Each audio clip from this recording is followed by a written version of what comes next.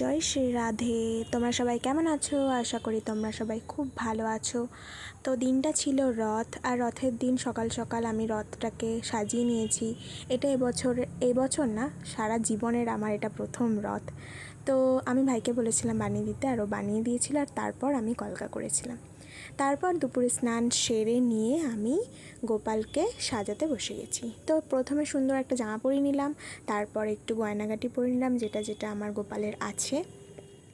তো তারপরে বাঁশি দিয়ে দিলাম, চূড়া মুকুট সব পরিয়ে দিলাম, আর চুলটাও পরিয়ে দিলাম, না হলে তো টাকলু টাকলু দেখতে লাগে।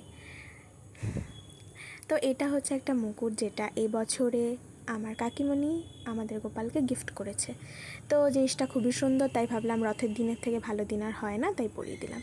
তারপর আসছে এই দ্বিতীয় গোপালটাকে নিয়ে। তো ইনি আমাদের বাড়িতে বেড়াতে এসেছেন, কিছুদিন থাকবেন, তারপরে আবার চলে যাবেন। তো তাকেও একটা সুন্দর নতুন জামা পরিয়ে দিলাম, কারণ আমাদের গোপালকে পরাবো আর ওনাকে পরাবো না সেটা তো হয় না, তাই নতুন একটা জামা পরিয়ে দিলাম। তারপর আবার তাকেও সাজিয়ে গুছিয়ে সুন্দর করে তারপরে তাকে বসিয়ে দিলাম। আর ইনি এতটাই ছোট যে এনাকে ধরাই যায় না। যাই হোক, আমাদের গোপালও প্রচণ্ডই ছোট, কিন্তু ইনি তার থেকেও বেশি ছোট।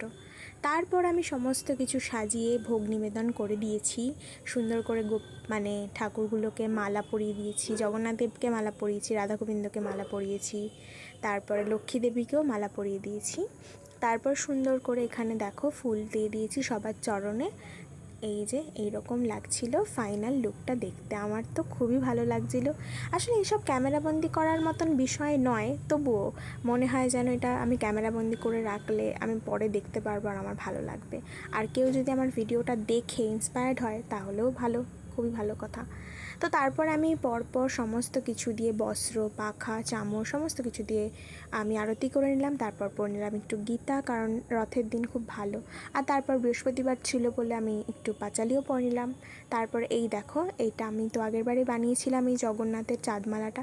তারপর এই দেখো আমাদের বড় মা, আর বড় মাকে আমি সুন্দর একটা মালা পরিয়ে দিয়েছি, যেটা আমি দুপুরবেলা বসে বসেই বানিয়েছিলাম।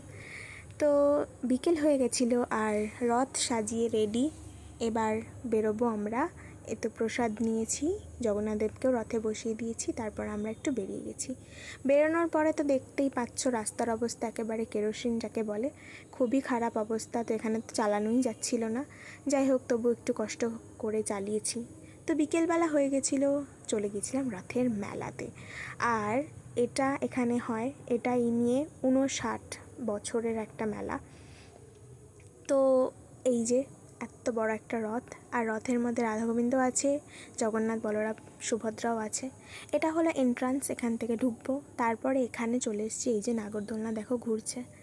আর এই জায়গাটা দেখতে সত্যিই খুব সুন্দর লাগে, বাট আমি যখনই ভিডিও করছিলাম তখনই নাগরদোলনা বন্ধ হয়ে যাচ্ছিলো, কী যে অস্বস্তি লাগছিল।